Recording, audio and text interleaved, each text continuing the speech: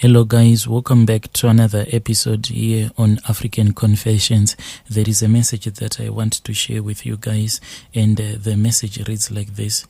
Hello my brother, how are you? I am a Zimbabwean national who is living in the land of South Africa. I am a man who is aged 42 years old. I have something that I want to ask you. Can you please publish my story on your platform? Maybe I am going to get someone who is going to assist me. So, my first marriage broke up after I had found out that my wife was cheating on me, and this was just too much for me. After I had broken up with my wife, then I tried going back to school, because at the time when I got married for the first time, I was really young. I was only 19 years old. Then when I found out that my first wife was cheating on me, I then decided to focus on my education. When I was busy focusing with my education, I then met another woman, such a beautiful woman, who became my second wife, and we had 2 other kids together.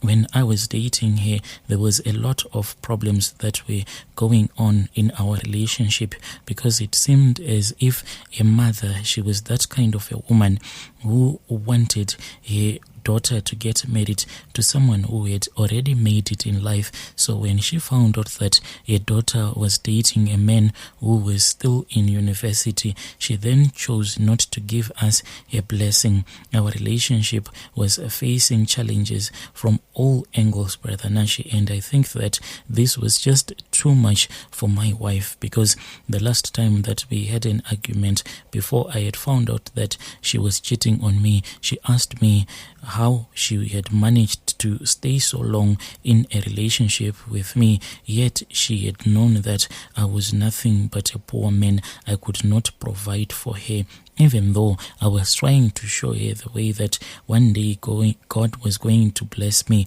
But she said that I am not going to wait for God's blessing, because I am not God. I do not have such patience. So we kept on fighting until one day when I had returned back from work, and I found out that my wife, she was not at home. When I tried to call her, she then told me that she had returned back to her village to be with her mom, because her mom had called her, and her mom had told her that it was far much better to come back to the village until I would have prepared some money so that I can pay for her bride price, because we had already stayed together for 3 years and we could not manage to pay for the bride price, and already we had 2 kids. I don't know what had happened at that time, because soon after she had given birth, we thought that it was safe for us to sleep together again, because she was taking family planning pills. But she then found out that she was pregnant again. So her mother was complaining. She was saying that all that this man can do is to give you baby after baby. So my mother-in-law then wanted her daughter back in the village. So when she called me, she said that she was on the bus going back to her village, but the bus never arrived, Brother Nashi, because when I called her, she started giving me a lot of excuses. At first, she said that she was already close to the village. Then I contacted her sister. It was like they had not planned this thing properly, because when I contacted her sister and I told her that she was supposed to go and wait for her sister at the bus station, so she was surprised, because at that time she said that my wife, as far as she knew, she was at home. She was in no bus. And when I spoke with my wife, she said that she had told her sister that she was on the bus going to the village. So I then suspected that there was something bad that was happening there. Throughout the night, I kept on trying to call my wife, but her number was unreachable, until the next morning. That was when she started giving me a lot of stories. She said that whilst they were on the bus, her phone battery had died. So she said that another man had gave her the phone so that she can insert a SIM card and contact me. But this was too suspicious for me, Brother Nashi. From there on, my marriage just went down the drain until I found out that she was dating a bus driver. I then informed my relatives. I then started staying single until I dated another woman. Unfortunately, even though she was someone who was faithful, but we only dated each other for a brief period of time. Then she went to America. She got a scholarship there. And once again, I was single. When I saw that my life was not going anywhere and I had already completed my studies, that was when I came to South Africa to work, where I am currently working at a certain lodge, which is in Limpopo.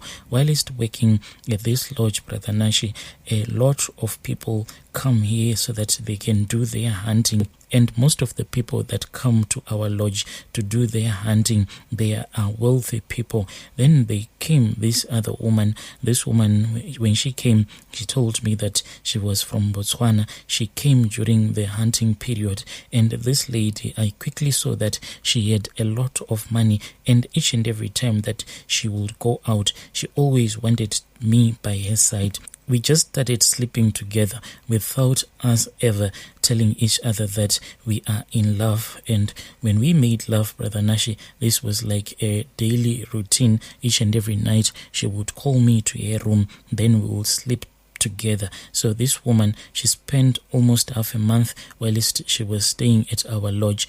After she had stayed at our lodge, she then returned back to Botswana. I thought that maybe she was going to forget about me, but she kept on communicating with me, and she said that I met you when you were a single man, and now that I am back in my country, I want things to remain the same. Anything that you want, I am going to provide for you. And yes, she has been providing for all of my needs. But my brother, when I saw that time is moving, because this thing, it has been 2 years since it has happened. That was the last time that she was here in South Africa. At the time when she was going back to Botswana, she only said that if I am going to be faithful to her, very soon enough I was going to join her in her country. I was really excited at the new opportunity that had presented itself to me. But my brother, 2 years down the line, I do not know if I can do it anymore.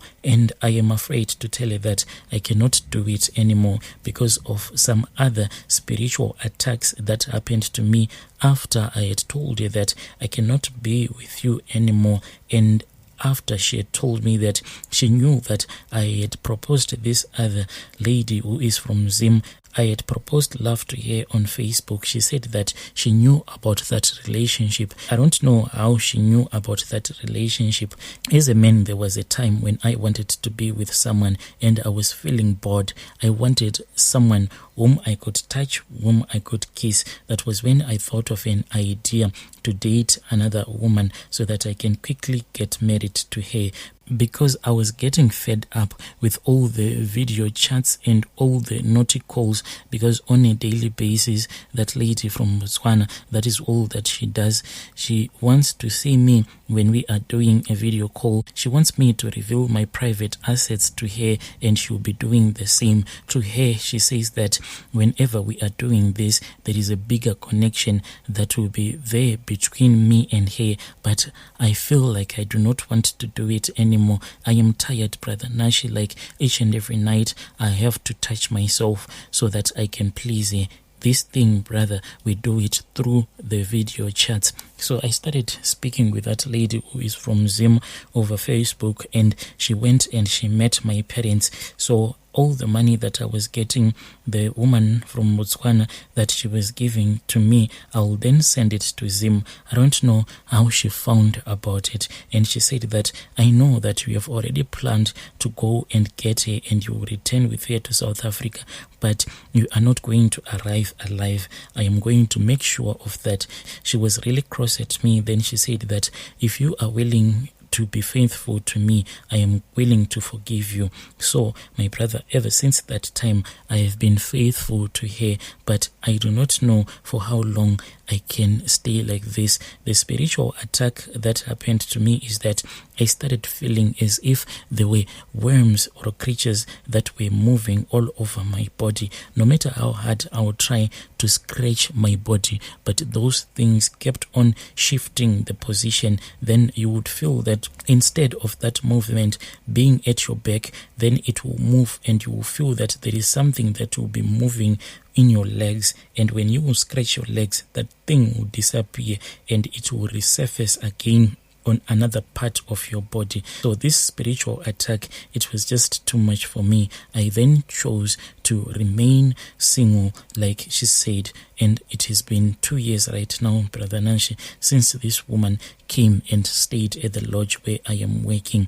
I once contacted this other powerful Sangoma who stays there in Beitbridge. He said that the only way that he can help me is if that lady is with me, then I'll call him. He will be able to release some of the spells that she cast upon my life.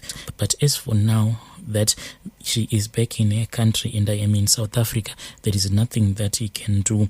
All that I have to do is to follow her instructions. And this thing, it is almost like on a daily basis, she calls me and she says that she wants to see my private parts. And after that, when we are about to sleep, she will say that, play with yourself because I want to see if you have been sleeping with anyone. So my brother, this is my own story.